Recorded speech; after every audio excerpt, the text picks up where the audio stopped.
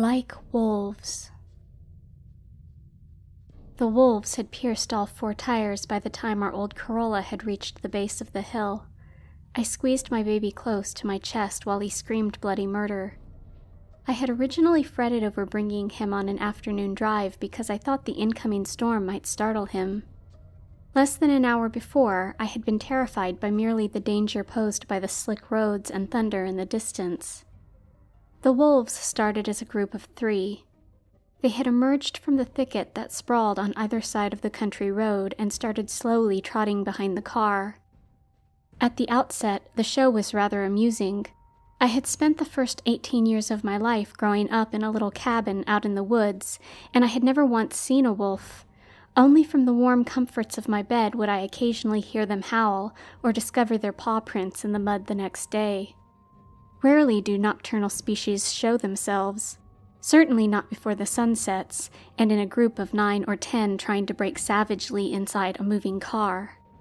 Torrential rain poured onto the windshield. The droplets hit the glass like bullets and smothered the surface, clouding our view of the gray and black beasts all around us. Thunder rumbled from the expanse of dull fog behind us. The approaching storm wasn't far behind. The metal of the exposed tire rims screeched against the concrete while we started to make our way uphill. Dad pressed down on the gas with all his weight, and slowly we began our ascent. A wolf jumped and ripped off the passenger door window with its front paws. It shook the remains between its fangs from side to side before tossing it away. I squeezed Ian tightly against my chest, again in recoil. His high-pitched screams temporarily drowned out all the snarling outside. "We just need to make it to the top," Dad said under his breath while he kept his eyes straight out ahead of him. "We can pick up enough momentum going down the other side to roll all the way into town." "I know, Dad, I know." "It's not like wolves, Colleen." "Dad, I know." It didn't matter what the documented behavior of the species was. It wasn't going to do us any good. The car started to shake when we reached the quarter point of the hill. We wavered to either side as the metal groaned beneath us. The wolves worked away at the rear bumper and the door handles. One jumped on top of the car, and the patter of its paws on the roof drifted into the car. More thunder sounded in the distance, closer than it did before. I prayed that the oncoming storm would make them scramble for shelter in the safety of the trees. It was a wish that was never granted. That nightmare was supposed to be a pleasant afternoon drive into town. Dad was going to take his daughter and his infant grandson in to do some shopping before the storm caught up to us. It was the same hilly road that he would drive me to school on every weekday growing up. I found it so important to have Ian come along on the same drive his mother used to take as a little girl. I wished so much I would have just left him at home with his dad. Better yet, I wish we'd never left the city for the weekend in the first place. We were past the halfway point of the hill. The wolves grew more desperate. 2 more had joined the one on top of the roof, and they were starting to jump up and down as if they meant to collapse the ceiling. The others on the ground were launching themselves against the windows, each time looking closer to shattering them altogether. Dad pressed and held the horn. Ian wailed in misery in response to the foreign sound. It forced a few of the wolves who paced in front of the car a couple steps, but no further. More wolves were howling and rallying themselves in the distance. They kept spilling out of the trees and joining the pack, which must have become 20 or more by that point. One of the larger ones, with blackened fur and scarred shoulders, threw itself against my window so hard the whole thing cracked and barely stayed in place. It would only take one more collision like that for it to breach. "Crawl into the back seat, dear," Dad said. He was trying so hard to keep his voice calm despite the obvious fact that neither he nor I had any control of the situation. "Strap yourself in and cover Ian up. Don't let him go. I'm going to get us over this hill." I did as he instructed. We were on the last stretch towards the top of the hill, and I thought the floor was literally going to fall from underneath me when I stepped through the front seats and landed in the back. More thunder sounded. The rain kept pouring down. One of the wolves on top of the car bit and ripped off the wiper blades, scraping wildly in front of us.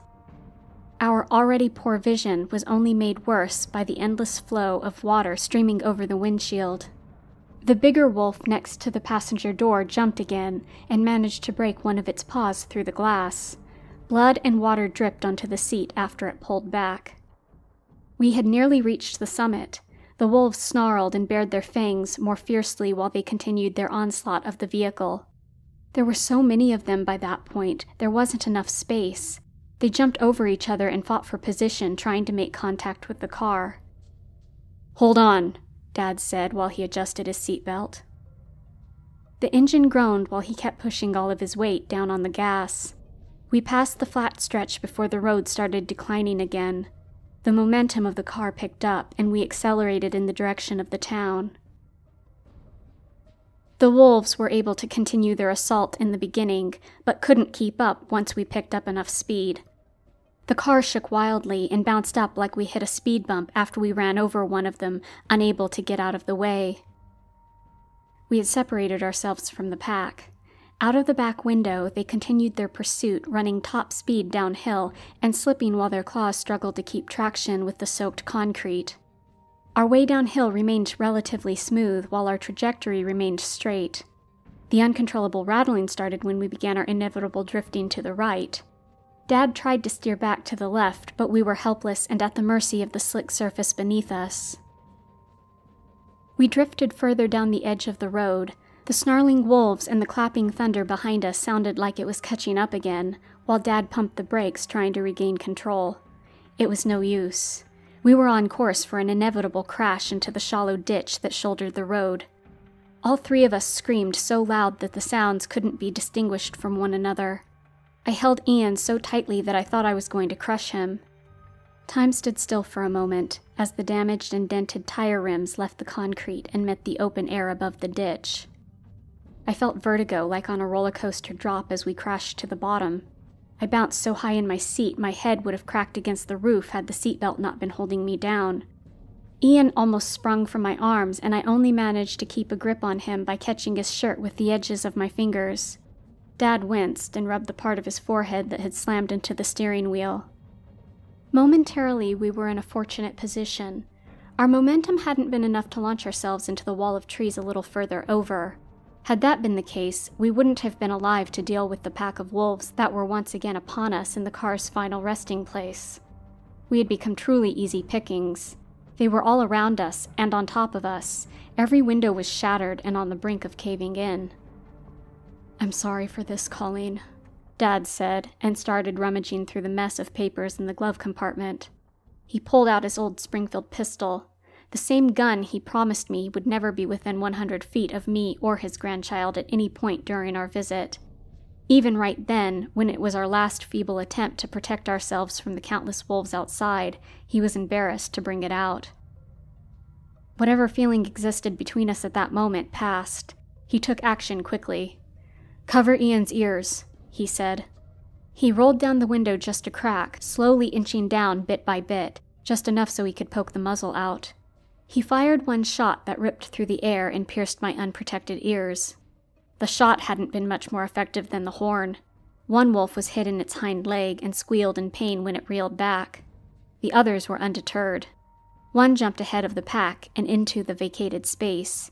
It jammed its paws in the space between the window and the roof and started prying it downwards. Dad tried to spin the gun in its direction. He fired a shot and missed.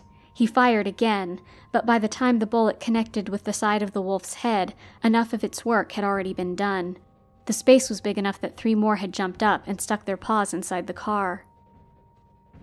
Dad tried pulling the gun outside the window, but dropped it when one of them sunk their fangs into his wrist. He fell back clutching his arm. I slid to the back right seat as if the minimal distance I had moved was going to help. It didn't take the others long to pull the window all the way down. One of the slender ones jumped up and managed to wriggle its way inside. It crawled right over my dad, who punched its gut with blood running through his fingers. It did not retaliate. It simply curled up and laid down on the floor at the base of the passenger seat. Dad shot up and looked like he was ready to fight it tooth and nail. The wolf still didn't acknowledge him. It just lay there with its head down, whimpering like a saddened suburban mutt. A larger one jumped up and got stuck in the narrow opening. Its coarse fur was like a blanket, smothering the space and blocking the light coming from the driver window. I closed my eyes and waited for the sound of it ripping into my wounded father. It never came. This one also made no attempt to attack. It desperately tried to wiggle its way inside. Its feet kicked against the door and scratched the paint as the other wolves jumped onto its back, impatiently awaiting their turn for entry. The thunder rumbled so loudly and shook the ground outside that I thought the lightning struck the road directly behind us. The wolves' heads all turned back uphill in unison. They quickly lost interest in breaking into the car. They scattered and ran in circles before rallying and sprinting down the road towards town. The larger one, which had itself partially wedged inside, decided better and scraped its way back out. It stumbled on the road and sprinted after the group. The one wolf left with us still made no attempt to jump up or attack. It continued to lie there calmly. It closed its eyes and put its paws over its face. The thunder sounded again. This time there was no mistaking that the earth had shaken along with it. I looked out the back window and stared into the gray fog. Through the waves of rain crashing down, it was amazing how soothing the scene was without the howling and surrounding wolves. The thunder sounded one more time. Something dark in the distance emerged. Its massive frame lumbered down the road towards us. The deep sound continued, and the ground shook with every step. There were 4 thick legs that bent awkwardly through trees growing out over the edge of the riverbank. Its exterior was covered mostly by a smooth white exoskeleton with scattered patches of black hair. Its head towered way above us. It hung from an arched neck just below the tops of the trees. 2 dark holes were evenly spaced on either side of its face. It kept trudging towards us. The ground was vibrating more all the time. It looked back to my father, who was wide-eyed and staring at it as well. Our new pet wolf kept whimpering from the front of the car. The thing was right above us. It pushed the car effortlessly with one of its legs and moved us closer to the trees. It appears the wolves hadn't been trying to get inside the car to hurt us. They were trying to save themselves.